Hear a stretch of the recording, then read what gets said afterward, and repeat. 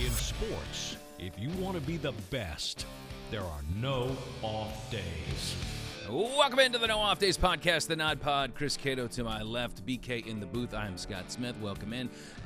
Got to be honest, Chris, I don't really feel great right now. Physically, I'm fine, but emotionally, I'm a little drained, a little defeated after what happened last night as we tape this at Amalie Arena down the road. We could debate whether physically you're fine. You've been on the smoothie kick lately, and I think you need to dial it back a little. As long as I don't have any shrapnel in my teeth, I think we're good. Well, shrapnel, yeah, there was plenty of that at Amalie Arena last night. I mean, so now they face a 3-1 deficit, the Lightning do to the Leafs. They choked away a 4-1 lead in the second half of the third period in this game. Right when your prediction of a 6-2 Lightning victory seemed like, good. Man, you look at Cato coming with the hockey knowledge, and then the train went off the track, and it was a devastating crash in the end there. So they lose 5-4 in OT. That is now 2 overtime losses for this Lightning team. And, to be in this predicament, I think you could probably make a case that they've actually been, in terms of minutes played, I think the Lightning have probably been the better team in this series. They look so much better in overtime in Game 3. I mean, they just 95% of the shots were the Lightning on goal, and then you have that face-off. They lose the face-off. And it seems like a lot of what the Maple Leafs did in Game 4 when they went on that run and scored, 3 goals in like 7 minutes was just guys getting in the way of Vasi being able to see the puck, right? Yeah, so that's why you have defensemen. I mean, they have to be able to clear that out. So it seemed like they definitely let their guard down. Now the question is, can they muster enough courage? I mean, I don't know if it's a courage thing, but I mean, that drains a lot out of you. Yeah. I mean, it takes an emotional toll when you lose back-to-back overtime games, especially the way this last one went down in Game 4. So, but we do go back to the stats of the history of the NHL. And so I will say, when coming out of 3-1 deficits, the NHL seems to do it more often than any other American sports league. 31 times it's happened. In fact, it's happened 3 of the last 4 years in the Stanley Cup playoffs. Okay, there we go. And if you go back to 2011, one of the teams that did it against the Pittsburgh Penguins in the Eastern Conference quarterfinals was the Tampa Bay Lightning. So they have it in the DNA, I suppose, but can they get it done? It does remind me a little bit of, last year in the Stanley Cup final, taking on Colorado. Colorado was the better team through and through. But they did drop 2 of those games in overtime. They went down 3-1. Then they go on the road to Colorado. They win that game, give you a glimmer of hope, and then come back home and rip your heart out right in front of you. So we could have a heart-ripping Game 7 situation. Although that would be Game 7 would be in Toronto, right? Well, the heart-ripping could be Game 6 Saturday here in Tampa. But let's just take it one game at a time. All right, let's stay positive. Okay. Yeah. For more positivity, let's bring in Brian King. He is the prince of positivity. So we welcome him in. Look at him. Look, he's already smiling. How do you feel? Are you as defeated as Chris and I feel? Defeated, I guess, a little bit. There's just something that seems off with Vasi, man. Yeah. And it's Nobody not like wants to say that. Nobody wants to. I don't want to say it. I'm not going to say it. Feels dirty. It doesn't, you could lean on him in years past, and this year you're just going, hey, what's up? So, but if they could go up there to Toronto, win, and come back just like you said, and win here, look out. Toronto's then really sweating it. But Toronto fans think they haven't won. Oh yeah, they're going nuts up there. Oh yeah, saw them come out and it's hard because inside Amalie Arena, everybody's wearing the same colors. Everybody's in blue and white. That should be outlawed. Yeah. It's not until you actually you hear the cheers and afterwards you heard the chants of "Go Leafs, go!" and I just wanted to say go back to Canada. If you get close enough to them, you can smell the maple syrup. That's how you differentiate between between the two. That would be fan pleasant. bases. See, I would actually like that. It may be Canadian whiskey. Not sure. They are very pleasant and polite people, even though they're poised to make us all sad. They're feeling here. good. Yeah. Let's spoil their party. All right, BK, what do we have on today's big program? This week is draft week, if you haven't known. It is. Yes. So we're going to bring in a NASCAR? No, not Draft, NASCAR. Not NASCAR draft. Draft Not beer. that Are draft we beer. having draft beer this week? Oh, we should have. Well, that'd be nice. NFL draft. Oh. The second season for NFL. Bringing in someone here in the. BK just puts up with us. I just try to get through. He's powering through. I just try and grinding. One show at a time, one game at a time. All right. Trevor Sikkema, he's known here in this area. I think he's up in Charlotte now. He's a draft expert, so to speak, with PFF. We're going to get his thoughts on how the draft's shaping up, what to expect, and maybe what the Bucs are be doing with their draft picks. That'd be fun. I don't like to throw around the word guru, but he's a guru. He is, okay. And he's a young man, and it's the amount of knowledge that he has about the game is impressive. So you can throw it around. Call him a guru. Yeah, you'll see. Yeah. We'll make sure that he flosses some of his knowledge for our program, our viewers. All right, and then at the end of the show. At the end, we're going to see how much knowledge you guys have on this Is draft. this another Wonderlick test? No. You already failed it. It's just a little test on the NFL draft and some of the players are in it. We'll see how well you guys know your draft prospects. Oh, I'm pretty good on this. Well, we'll see. I feel good about this. Okay. All right. Very good. Thanks, BK. Thanks, we'll catch guys. up with you in See a you little bit. If you are listening and you want to watch, go to fox13news.com/NODPOD. If you're watching and you would like to listen or subscribe, take out your phone, zap that QR code on the screen in the bottom right-hand corner. It'll take you to all our shows. And while some will leave you empty inside, like dropping a 4-1 lead with 10 minutes to play, most will just leave you longing for an ice bath and an undisclosed lower body injury. Please subscribe. fox13news.com/NODPOD. Let's start on the gridiron. And the big news that has kind of led this week is the signing of Aaron Rodgers with the New York Jets, trading, I should say. The Jets, when you look at just the details on this deal, I mean, Green Bay, I don't think they get much out of it. It seems like it's just a money dump, right? But Jets get Rodgers plus the Packers' first-round pick this year, which is number 15, plus a fifth-round pick. Green Bay then gets Jets' first-round pick, which is 13. So basically they swap picks to move up 2 spots. They get a second this year, a sixth, and then a conditional second next year. So essentially you're getting 2 second-round picks out of it. I think maybe not even. I mean, depending on how much Aaron Rodgers plays, you may just get 1. I push back slightly. I think that the Packers did walk away with a little more than dumping his contract. And I think it's next year. I think it's next year's conditional second that becomes a first if he plays 65%, which is 11 games, which he will do. I think this is one of those deals where every party, Jets, Packers, Aaron Rodgers, can walk away saying, we won. We did well. I think it's going to work out better for all of them, considering how the Rodgers situation had soured, what they need to do to get Jordan Love ready to go. And the Jets, they had no alternative at quarterback. They had already moved on, essentially, from Zach Wilson. Well, I think that the real winner is going to be, based on who plays better with the quarterback that they went with.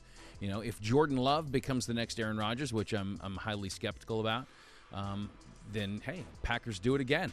They pull off the unthinkable again, coming up with another, amazing quarterback to follow in the footsteps of a previous Hall of Famer. But I'm doubtful on that. I mean, I think I'm Team Jets on this one. I think that they actually are going to come across the big winner. Not only do they have his former OC, Nathaniel Hackett, now leading the offense with the Jets, they bring in Alan Lazard, another guy that obviously Rodgers likes. They have some young playmakers in Garrett Wilson and Breece Hall. I think that team is just a better team. I mean, if you compare it to the Brett Favre situation from a decade plus ago or whatever, that doesn't compare. I mean, Favre went into a tough situation. He made that team a lot better. Mm-hmm. I mean, they went, I think they had 4 wins the prior year. He took them to a 9-win team. They didn't make the playoffs, but he made the Pro Bowl that year. Yeah. The comparisons are very striking because it was, I think, 39. They were both age 39 when they went on. But I think Aaron Rodgers is going to do great. I mean, I know he's coming off a tough year, but he's only a year removed from an MVP. He'll have the fire. MVPs? He'll have the fire to prove that the Packers didn't get the better end of the deal. Yeah. I think he'll have a good season. All right. Speaking of the draft, Will Levis, another quarterback that we have mentioned a couple times, especially when it comes to his dietary habits. So his draft odds here have skyrocketed in the week of the draft. And a lot of people are pointing to a Reddit post. So this is like a Reddit gambling post. And now his numbers are off the charts. They've gone from 50-1 to be drafted number 1 overall to now 5-1. DraftKings has Levis going 7-1 now. So these numbers have shot up. Let's see. PointsBet has Levis going. It went from 50-1 to 20-1 to now 10-1. MGM all the sites have bumped up. Why is this? Because of a Reddit post, an anonymous Reddit post where he allegedly told friends and family that Carolina is definitely taking him on Thursday. Yeah. All it said was, ladies and gentlemen, he's telling friends and family Carolina will in fact take him on Thursday. You're welcome. That's all it is. That's all it requires. One person to move the line like that. That's incredible. Yeah, and you get people, I read, throwing down $500, $800 when they wake up and see this Reddit post on these odds. Now, I'm fine if you're the guy who wants to put 10 on it when it was 40 to 1. You want to throw 10 on it? That's good. That's fine. But to put $500 on these odds now, I just don't believe. I cannot believe Carolina would pick him over Bryce Young or even C.J. Stroud. I've watched a lot of college football, as you know. Will Levis has all the physical attributes you would want, but he couldn't beat Sean Clifford out at Penn State, so he goes to Kentucky. At Kentucky, he's okay. He throws 23 picks in 2 years. Many situations, Kentucky last year, they were in one-score games at the end where they needed a drive, and I watched this. He couldn't get it done. He would turn the ball over, careless with the football, not just interceptions, fumbles too, trying to run the ball. Yeah. Where Bryce Young, anytime he had a game on the line, he came through. I just do not see Will Levis getting drafted over Bryce Young. But a lot of that stuff, I don't know how much, when NFL scouts are looking at these guys, you have to take into consideration the quality of team that he's a part of. He wasn't on Alabama. Well, his Kentucky teammates didn't make him fumble the ball away at the end. I can tell you that. Sure. But did he just give it away, or did he get hit? And I would in fact counter that and say that Bryce Young didn't have much of a supporting cast last year either. I mean, Where did Alabama finish? He had it on his shoulders. They finished and they won, the Sugar Bowl, but that's only because if they lose top 5, they lose 4 or 5 games without Bryce Young. I'm not. I mean, this is not a knock on Bryce Young. I'm just saying that it's tough. You see. But look at. Most quarterbacks that are drafted high are not necessarily on the teams that just won the national championship. I mean, Stetson Bennett just won a national championship, and he's probably going to be a, 3rd, 4th round pick maybe. I don't know, but like when you look at taking Aaron Rodgers. I mean, what was his record at Cal? He individually had a skill set that NFL scouts looked at and said, now this is something I can work with. I think when they look at Will Levis, they see a guy that has the physical tools that if they can put him in the right system, perhaps he can flourish. Okay. I just feel like you didn't hear me there. I feel like what you heard me say is that Kentucky lost a bunch of games as a team. That's not what I said. I said Will Levis lost games in situations where they're going to come up in the NFL. I just don't. I got you. And here's my meta point. They're not going to pick him over Bryce Young. It's not happening. That's fine. But you put your money on Will Levis if you want to. No, I'm just saying that NFL scouts aren't necessarily looking at all the individual game performances and taking it, okay, well, they won, they were successful, no turnovers. Like, they're looking at a skill set that is generational. Yes. And that's what would entice them to take a Levis. I'm not saying that they would do that over Bryce Young, but to compare his team at Kentucky and Bryce Young at Alabama. Teams. I'm saying, should the odds have shot up this much? And is he going to be drafted number 1? This is what happens when you touch on Alabama. It just strikes a nerve. It has nothing to do with Alabama. He's salivating right now. All right, let's move on then. How about let's talk a little baseball. So there is a story of a baseball fan attempting to attend 10,000 games over the course of his lifetime. Okay. He's made it to 9,250 games. His name is Mike Cassiano. And it's really, this is amazing when you look at what he's chronicled. He has, written down on paper all the stadiums he's been to, all the the stakes, playoff games. He's been to 200 playoff games. He's been to 51 World Series games. He has all the stadiums, the countries. It's an incredible, log of games. And I'm like, this guy's definitely not married. There's no way that's kids. possible. He's been to 14 Major League Baseball no-hitters, 2 perfect games. He's been to the Trop 9 times. There you go. Wow, he that's came back. dedication. He came back. The number 1 stadium he's been to is Old Shea Stadium. I think he lives in He's a Mets Pennsylvania. fan, right? Yeah. So he went there, and he's been to 2,477 games. Old Yankee Stadium is second place. He's been to the Polo Grounds, Japan, Mexico, the Azteca Stadium there. It's just he's devoted his life to this. He's married to the game. He's married to the game. We use that kind of cliche, but he is literally married to watching the game. And in every picture I see him, he's holding a couple of tall boys too. That's so what I was looking for here. Is what is his cholesterol level right now? How is his blood pressure? How does he? Is he just independently? Oh, wealthy? there he is. Is he like a trust fund situation? Like how does he afford to do all this? Based on the photo I'm looking at, he may not need to be that wealthy because he's like up in the 400 section at this particular game. But I mean, if you're going to baseball games anytime within the last 10 years, you're not traveling a lot. You're not getting Plus, he's traveling to all these games overseas, punching that passport. Incredible stuff. But so here for Mike Cassiano, he actually even went to remember the Rays home game that was played at Citi Field? Of course I remember that. He actually detailed that in his notes as well. That was a hurricane situation, right? Yep. Evacuation. I love the notes that I'm looking at now. And he scrawled this in pen on college line notebook paper. He's got everything here. Do you envy this from would you like to do something like this for college football? Oh, definitely. You know me. I would love to be the Winnebago guy, like traveling to as many. He probably started when he was like, a child. I got some catching up to do, but I think I could catch him. There's not as many venues for you to go to, but I think you can at least get to that. If I went D2, D3 games, I could make it happen probably. So how many could you punch out in a year? Oh, do I have to work? How many weeks? There's only so many weeks, right? I mean, you can't unless you're double dipping. If you go to like you'd have to do Monday, a Wednesday night game, Maction starts on Wednesday night, so we could hit a Thursday night ACC game, and then if you do a couple of in the right region, you could get 3 in on a Saturday, depending if you could get. That's aggressive, but definitely do a noon window and then a. It's going to be hard to enter the 10 and 11 o'clock news when you're doing that. I need to talk to Mike about how did he pull this off. Mike doesn't have a What job. does he do for a living? What is he? I know. What do you do for a living? Oh boy. Okay. Speaking of legends, so Kentucky, Louisville, legendary coach, current St. John's coach Rick Pitino. When you go to Knicks games or you see the video of people at Knicks games, it's always like the shot of the montage of all the celebrities. Yeah. You got Ben Stiller, Spike Lee, all the big names, right? So Rick Pitino is part of that montage. He attends the Knicks game the other day, and I swear it's like a 3-second clip of him dissolving in between celebrities. And in that little tight window, he apparently had given his phone number to somebody. You can't see who he's talking to. When you say give, you mean he spoke it.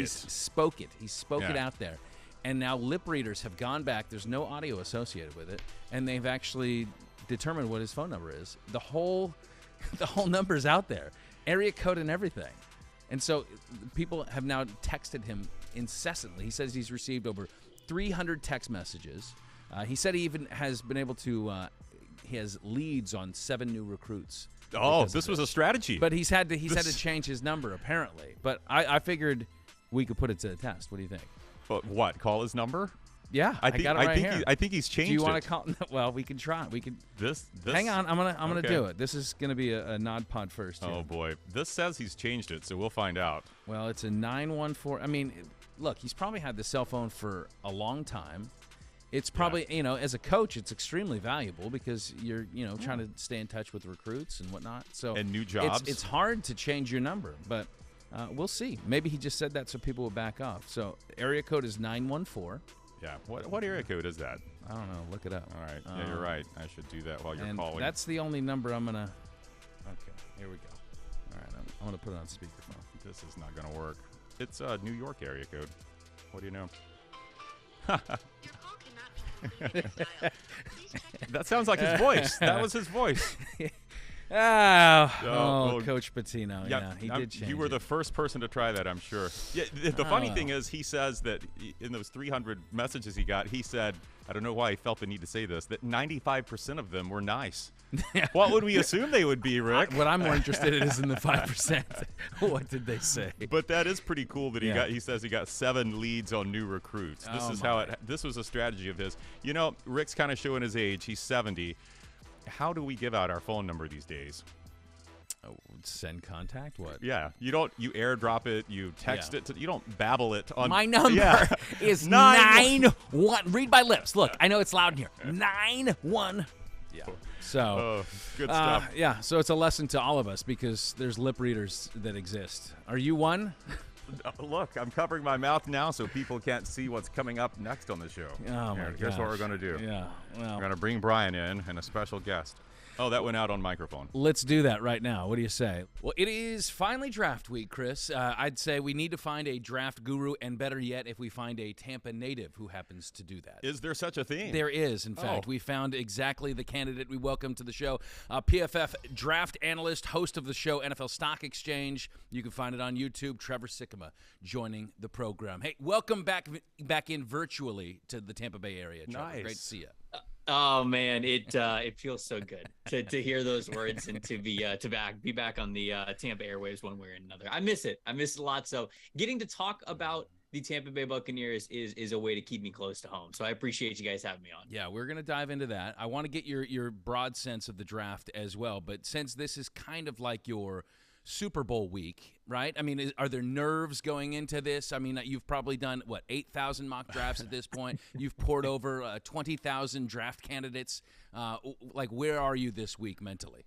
Yeah, 8,001 actually. Don't shortchange me there with that one mock draft. No, it's always a fun process, and this week is always such a blast because you get such a crazy amount of information here at the very end. There's a lot of people who are very plugged in, I think, throughout the industry who release their final rankings, their final mock drafts, and their final findings, everything that they've heard, talking with teams, talking with scouts. And so it's always a really fun process for me to evaluate these players myself, come up with my own rankings, my own independent rankings, my own independent big board, and then get to hear more of what the NFL might be thinking, do a final projection mock draft, and then see what happens, obviously, on the first day on Thursday night. So it really is, it feels like Christmas week to me. There's a lot of nerves, but it's a lot of fun nerves because the work that we get to do here during this week is what we've been working for a long time. So it's fun to see it all play out. It really is. Chris, I figured you'd want the first question, and that probably be who's going to be number one overall, right? I love it when you give me the question to ask. That makes my job so much easier. Yeah, I think that's obvious. We get that out of the way now. So if it's Christmas morning and the Carolina Panthers are unwrapping their gift, is it going to be a tiny quarterback from Alabama, which seems to be the trend right now? Do you agree that Bryce Young will be taken number one overall, Trevor? I do. You look at a lot of Vegas odds right now, and shoot, 2-3 weeks ago, we were talking about a toss-up between Bryce Young and CJ Stroud. And shoot, some places even had CJ Stroud still as the betting favorite. Now it is overwhelmingly Bryce Young. I mean, he's minus 2,000 money to go number one overall. Yeah, so, and why is that? And I'll tell you why.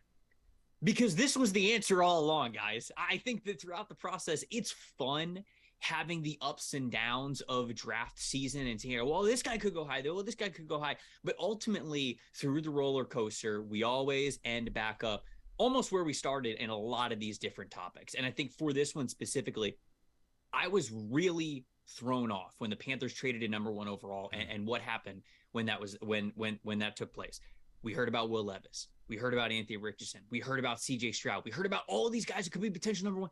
And nobody really talked about Bryce Young. And I was like, hold on. Okay. This is a little odd to me that we're trying to drum up all this new interest with a new team at number one overall when the guy that we've been talking about going number one no longer on the table. I find it's a little strange. So I think that we're getting back to status quo, what was actually the favorite all along in Bryce being number one. And this isn't just a projection for me either. I would be taking Bryce Young number one overall, and I wouldn't be thinking twice about it. I think it's because of the lost footage, right? The lost game they found tapes. some hidden tape. They finally, it was up in the attic. Or they found Frank Reich. It's true. He doesn't just like tall quarterbacks. Well, that's, I was just about to say that's good. I have not heard the lost footage one before. Yeah, that's a good one. You got to dust him off. And wow, you know what?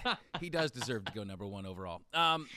All right, so that of course the quarterback situation here is. I mean, you named a few of them, but in addition to Young and Stroud and Levis, I mean, we have a guy a little closer to home in Anthony Richardson. But how many quarterbacks could you see conceivably going in that top 10, Trevor?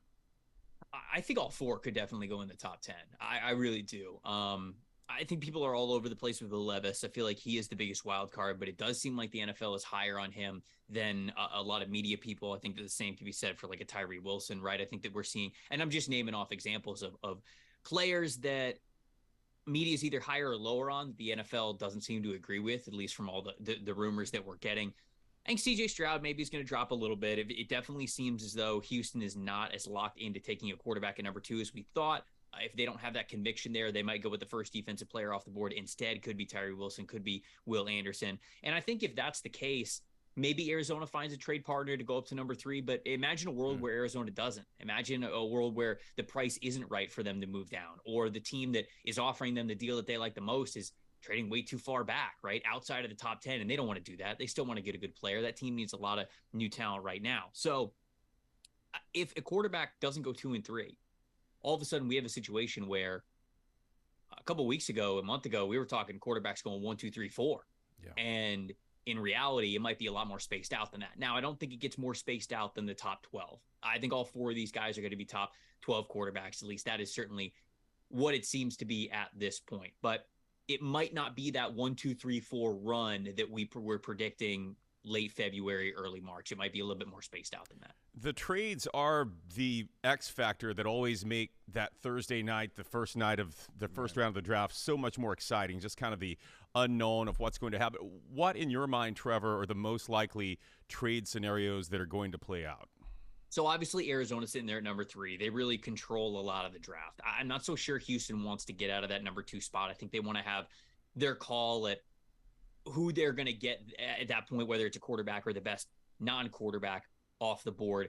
I think Arizona, then they're at number 3. That becomes the hot spot, right? If you want to come up and get a quarterback in front of Indianapolis because you know Indy's going to go and get a quarterback, you got to come up and get him. So I think that makes a lot of sense. There's plenty of teams that I think could be involved there. Seattle maybe wanting to jump over Indianapolis to get like an Anthony Richardson type could be in the cards. Vegas might be in play, although I think that they've definitely cooled on the trade talks. They might be all right with just waiting to see if a quarterback kind of comes to them at number 7. Philly could get aggressive. They've definitely played their cards very well over the last couple of years to give themselves that flexibility to move up, maybe even a massive jump up to number 3 to go get a big-time defensive player. We've heard some rumors about Tennessee as well. But another trade in the top 10 that I think could very well happen is if that slide of quarterbacks does kind of start to happen, and let's say we get around pick 8 when Atlanta comes on the board, and there's either 1 or 2 of those top 4 quarterbacks still there. Atlanta, to me, feels like a team that is very willing to trade back.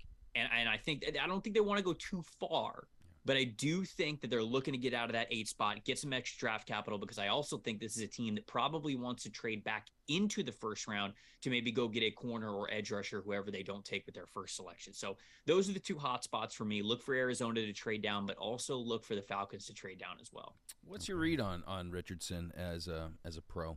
I mean, obviously, I mean, every year you have somebody that comes out of the combine that everybody's talking about, and this legendary combine performance, and we know that he is physically extremely gifted. But what do you think that transition is going to look like?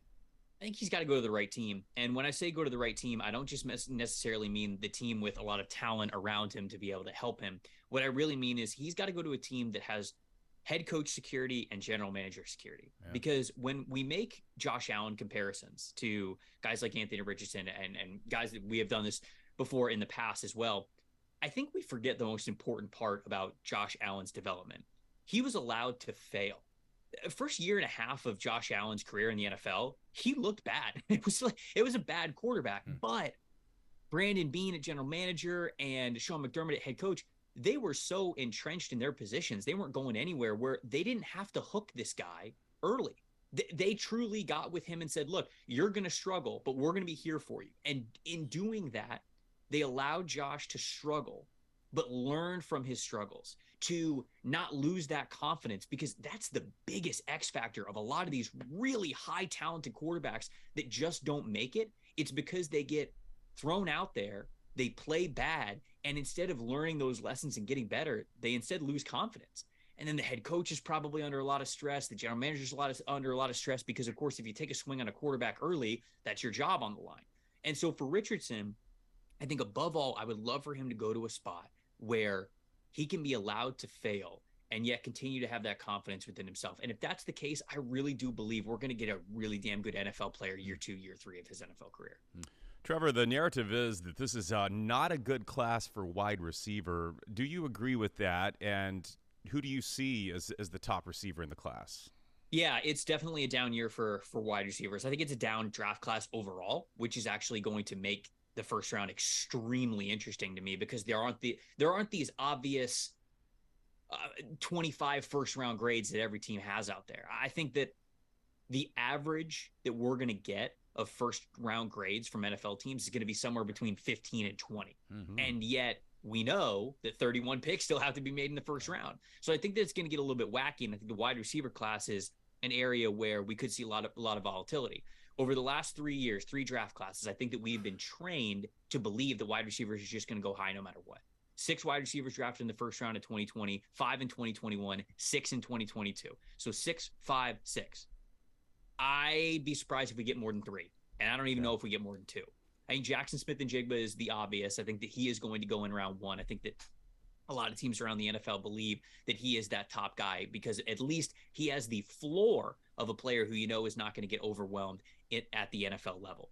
After that, Jordan Addison, but you're worried about the size.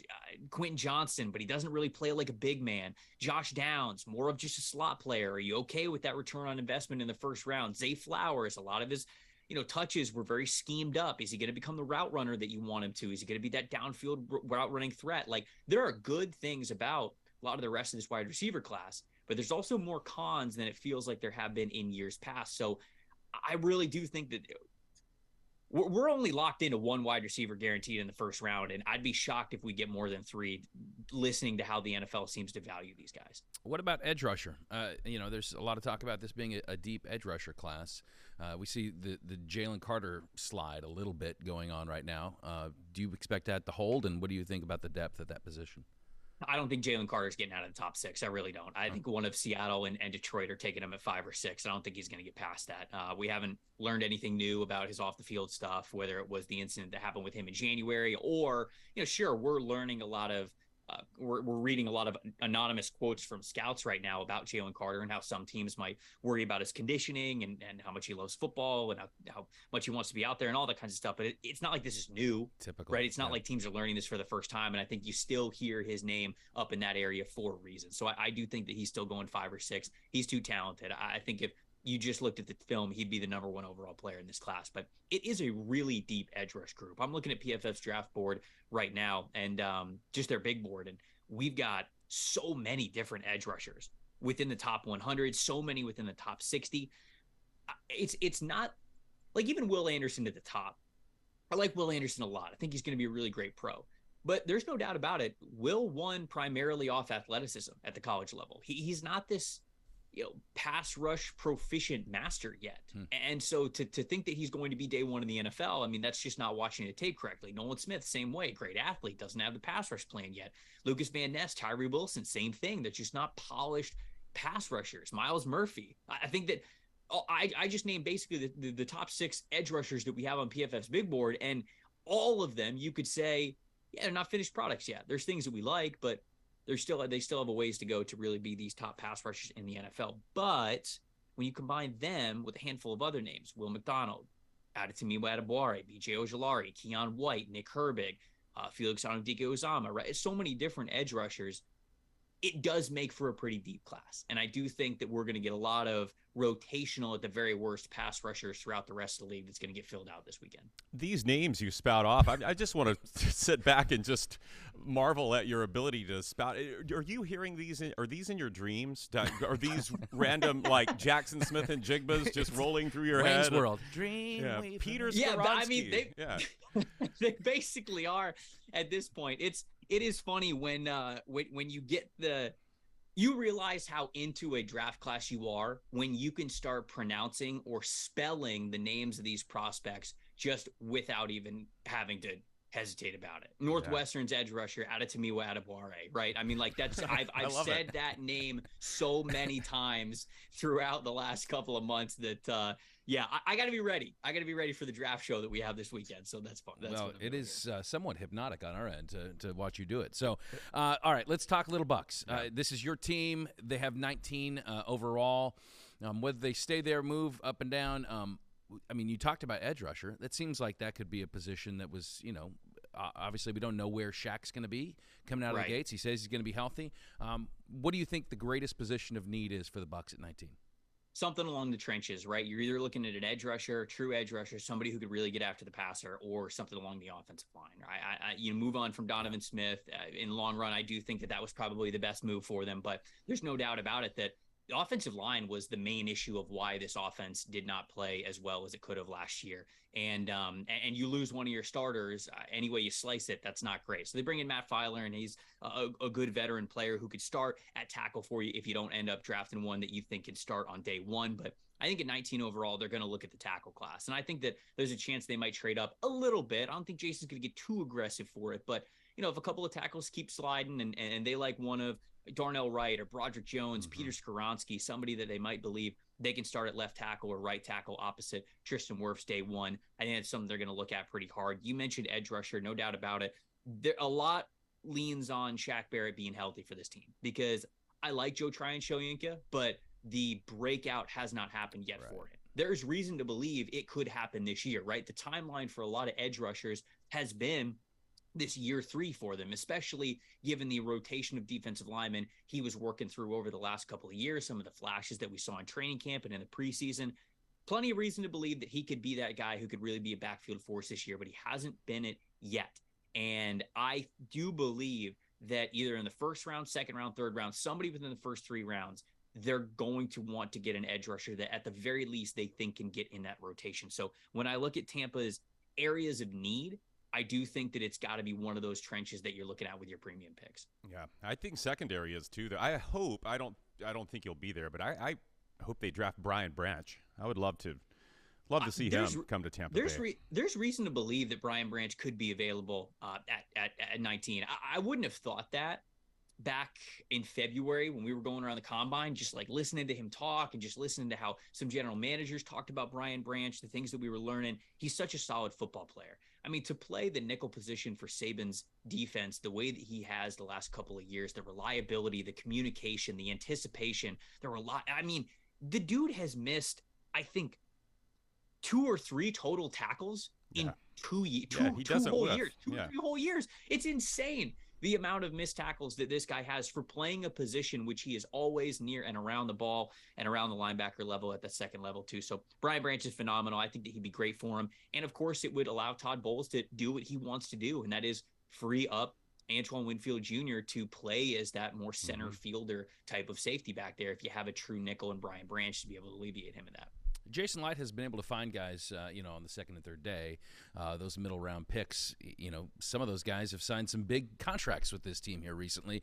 So give us maybe a couple names off the reservation a little bit that you think could be day 2, day 3 guys that could work for this team. Okay, so one that immediately comes to mind is Tennessee's Byron Young. I mentioned that if they don't end up getting an edge rusher, like let's say they draft Brian Branch at 19 and then another player who I really like in Matthew Bergeron, the offensive lineman from Syracuse, in the second round. Okay, then they're hitting nickel corner, they're hitting offensive tackle, but these were 2 really good positions that they couldn't pass up. Come around to the 3rd or 4th round, and you got a guy like Byron Young who is available for you. Now, he's a little bit older. He didn't start playing football until well into his college years. He ended up playing in high school. The Bucks definitely know older. I mean, that's true. So if he's under 45, we're good. Yeah. I think he's gonna. Well, he's under 45, so that is good. I think that checks the box. Hendon Hooker is not. Hendon Hooker's that's not underneath their friend. Yeah, right. Hendon might be closing in on that. Yeah. But Young, he started playing football in college at Georgia Military Academy when he saw a flyer while he was working his job at Dollar General, and he came out to play, and they're like, okay, well, you're a starter immediately. Awesome. And 2 years into it, he ends up getting offers from SEC schools, goes to Tennessee. The explosiveness, incredible. He doesn't really know what he's doing yet, but man, that natural athletic ability is there. To me, he could definitely be somebody that fills into a pass rush rotation. I like Carl Brooks from Bowling Green for that reason as well. Another versatile dude. Tyler Steen from Alabama might not have the pedigree that other offensive linemen at Alabama have had over the years, but I think he could play guard for you. I think he could play tackle. He's a really nice guy who I think could be a 3rd, 4th round pick, something like that. And then, a lot of people talk about Bijan Robinson, right, for the Buccaneers, and I don't know if he's going to be there at 19. I don't know if they would take him at 19, but I do think they need someone, to spell Rachaad White. And so handful of running backs who I would really like for them to take an eye on in rounds 3, 4, maybe beyond. Roschon Johnson from Texas, Bijan Robinson's teammate.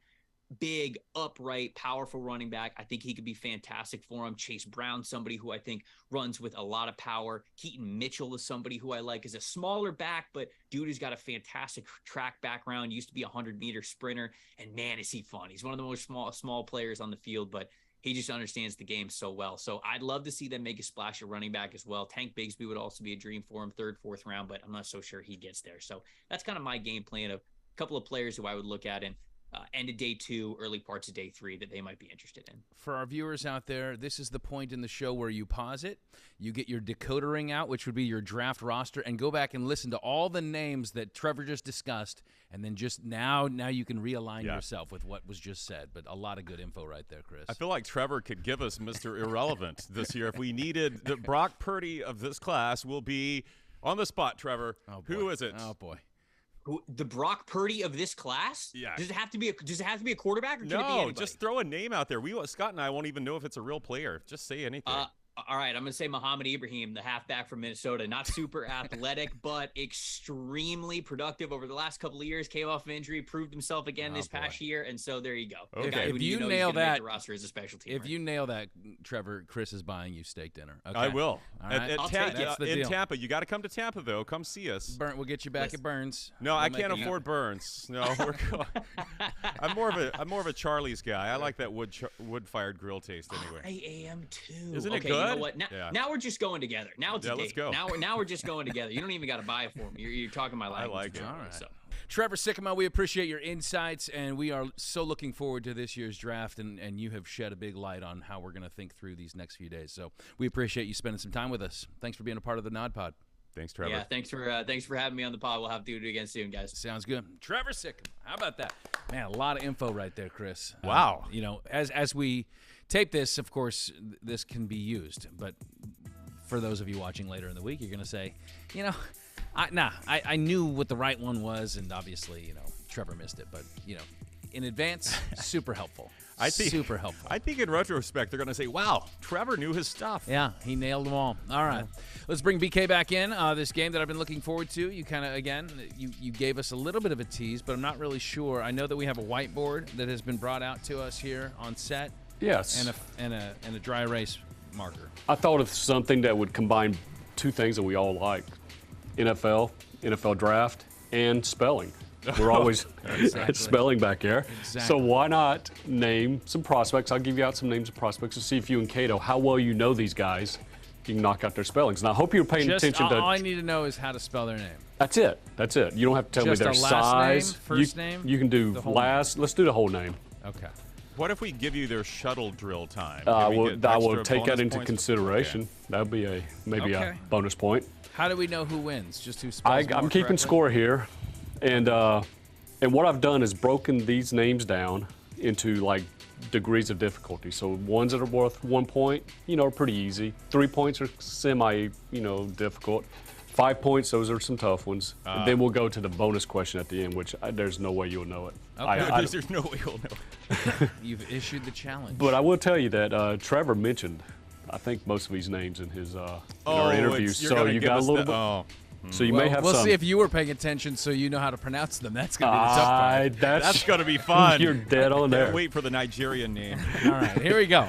This All is right. our easy. This is the easy one right here. Let's go with edge rusher out of Georgia Tech, Keon White. Keon White. Write it on your whiteboard, and Scott, you show us first, and then we'll get Cato's answer. Oh boy, I already don't like it. It doesn't look right. And Can we just reveal it? At the Just same reveal time? it, yeah. All right. I'm going with that. I added an extra. I bought it. let me see Scott's. Scott wins. Oh, Scott gets the right, point. baby. That was a 1-pointer. I'm going to be in trouble when we get to 3 points. All right.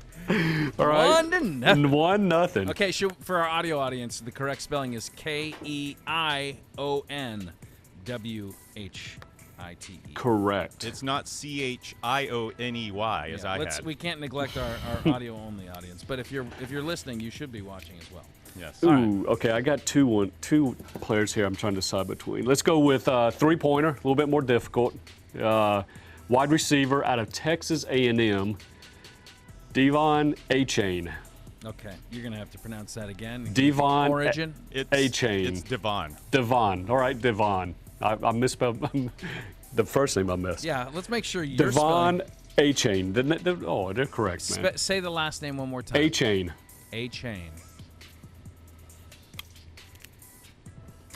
Can we just do the last name? I don't know about the first name here. All right, I'm going to reveal mine. Okay. Scott's over here doing math or something. How does that look? Well, let me see Scott's. He's got an H. For our audio audience, Scott has spelled A-Chain Heichane. Cato wins that one. Did he actually get it right? He did. All right, spell it for the audience. It's Devonachane. Okay. A-Chain. Well, it was a 3-pointer. I thought you were. I like the silent H you threw on his name. I did too. Good call. Do you want another 3-pointer just for kicks? Yeah, let's get another Wide one. receiver out of LSU, Kayshon Boutte. Kayshon Boutte, wide receiver out of LSU. I feel like this one just goes exactly how it sounds. I think you just, It's a 3-pointer. I'm having trouble with my marker here. Okay.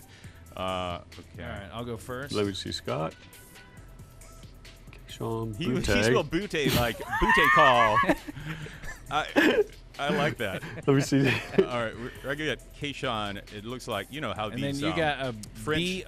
B-O-U-T-T-E. Cato got it right. French name. He even got the first name He right? got the K, Sean. Correct. Okay. K-A-Y-S-O-N. S-H-O-N. I'm sorry. S-H-O-N. Yeah, you're swimming in deep water here, Smith. I missed both Okay, of but those. that's two SEC schools. I got to get away from that for Cato. All right, let's go to 5-pointers. 6-1, right? It is 6-1. I could draw even with just this. Yes. Let's go to 5-pointer center out of Michigan. Here we go.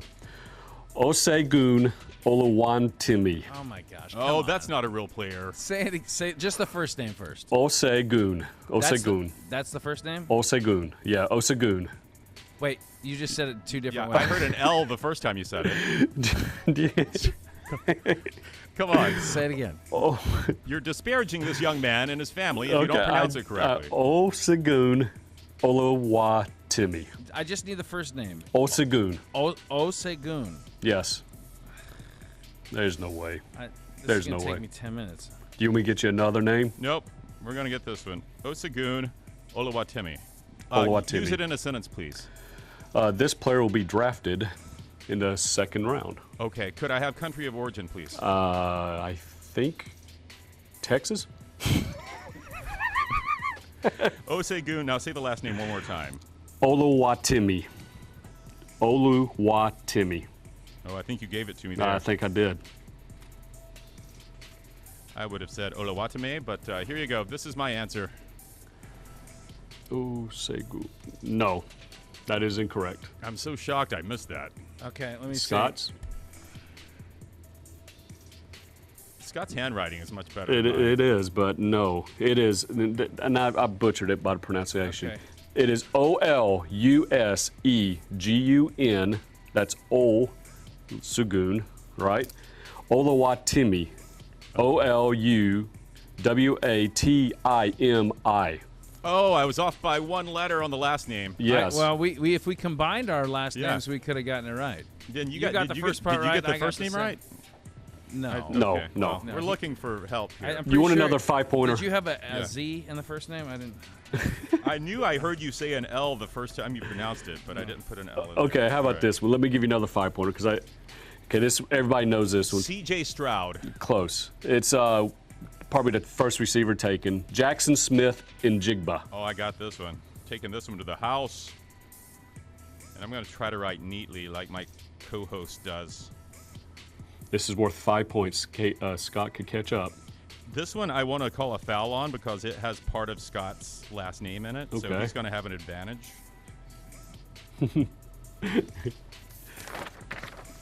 Well, I know I still got it wrong, but let's try that. You got to have a J in there, see? Why did I do that? I knew that was wrong. All right, audio audience. No, Scott added that G, so that's incorrect. Jackson is Jaxson. Yes. Smith is The correct spelling of Scott's last name, Smith hyphen. That's the one I got wrong. Njigba. Njigba. Dead on, man. Cato got it. Okay. Holy cow. There's no, I'm done, right? No, if we got to give you a 10-pointer, and if you get that, then. I'm in. Well, I have 11, don't I? No, yeah, but he's got one. Scott's got one, so he can tie you. Oh, we don't want to tie. All right, here we go. Tie's like. All right. Oh boy. Adi Tom Iwa, Adbarore. He's a defensive tackle out of Northwestern. Oh gosh, you are just say it again. I think it is. Say just the first name.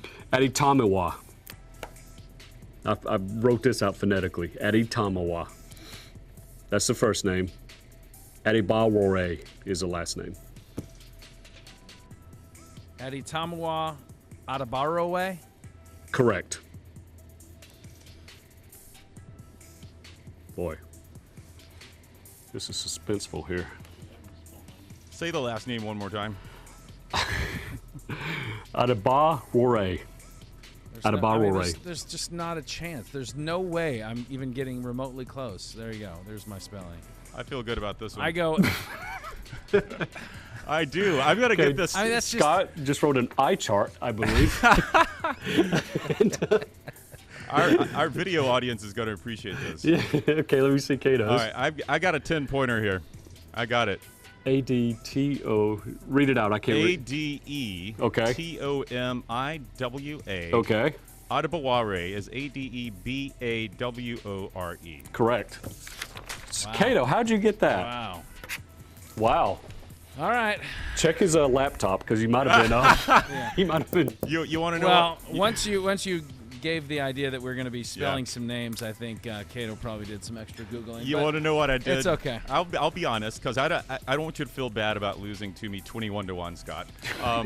I did look this morning at the names of the top 100 prospects, and I have a near photographic memory, and so I committed some of those to memory. There you go. So he's a cheater, everybody. That's not cheating. Absolutely, 100%. Chris Cato just admitted to cheating. 21-1. All right, so I game. think that is he's eliminated, right? I mean, don't I win with my 1 point because he just admitted to cheating? No, I didn't admit to cheating. He took performance-enhancing drugs prior to this contest. Because I studied? No, eliminated. You're done. So this guy, I texted him this morning, and I said, don't you be studying the names of these prospects. And he did. And he said, it's getting worse for you, man. Let me read your reply. You said, I never prepare for anything. And I think that's the problem we have here on this podcast. No, I didn't say. That's yes, not what you I said. You said he's lying. Now he's lying on top of cheating. He never prepares, Brian. Should we give him Scott one chance to tie it? No. Henry Tua. If I should get, even if I looked ahead of time at names, the fact that I could memorize this, I deserve something. I deserve a victory for memorizing. You do. Adetamiwa Adebawore. Yeah. Even if he cheated, he should get points, right? No. Just like Barry Bonds. Listen. Right? Even if he cheated, he should to still me. be the home run Cheating king. would be reading off of my laptop, which I did not do. And my correct response to Cato, just to correct the record here, as our journalist on set seems to be misremembering the facts. Fake news. I said, don't worry, I never study for anything I don't have to. So I don't. So right. I don't think about spelling. Yeah, even though names. you knew this was coming up in the show, you didn't prepare. Exactly. That's exactly why I didn't. I mean, this guy. You talk about wanting to take this podcast to the next level, and you come in here unprepared. Guys. It's like Delegado last week. No material. Okay. This episode is going to end in a wrestling match. No. There's only one way. BK, you're going to have to come out from that broom closet and break us up. We'll sell it next week. It all went off the rails when I started talking about Alabama, and you saw his feathers get all ruffled up. And now he's coming out. All right. Let's do it next week, and we'll just saddle it with spelling production crew members' names. Okay. You want to do that? BK. Yeah, there you go. Chris, K-R-I-S. There you go. There we go. I would have missed that one. You would have missed it. Yeah. All right. Anyways. All right. Awesome, well, guys. It was a fun show despite it was good. Despite the heated tension in the room here. We're going to let some of that out. But big thanks to our guest, of course, Trevor Sikkema, coming on and shedding some knowledge, sharing some with us. And we appreciate him coming on. We appreciate BK, our production crew. I even appreciate the cheater to my left, Chris Cato. The winner. Make sure you check out our podcast at fox13news.com/NODPOD. QR code on the screen. You can watch in video version, and you can listen as well in audio, but it's not going to be as good because we have spelling contests on this show, apparently. All right, very good. Thanks, boys. Best of luck in your draft pick'em. Spell Butte for me one more time. B-O-O. I'm done. My Butte's out of here. Until the next time we are on, there are no updates. Oh, that was great.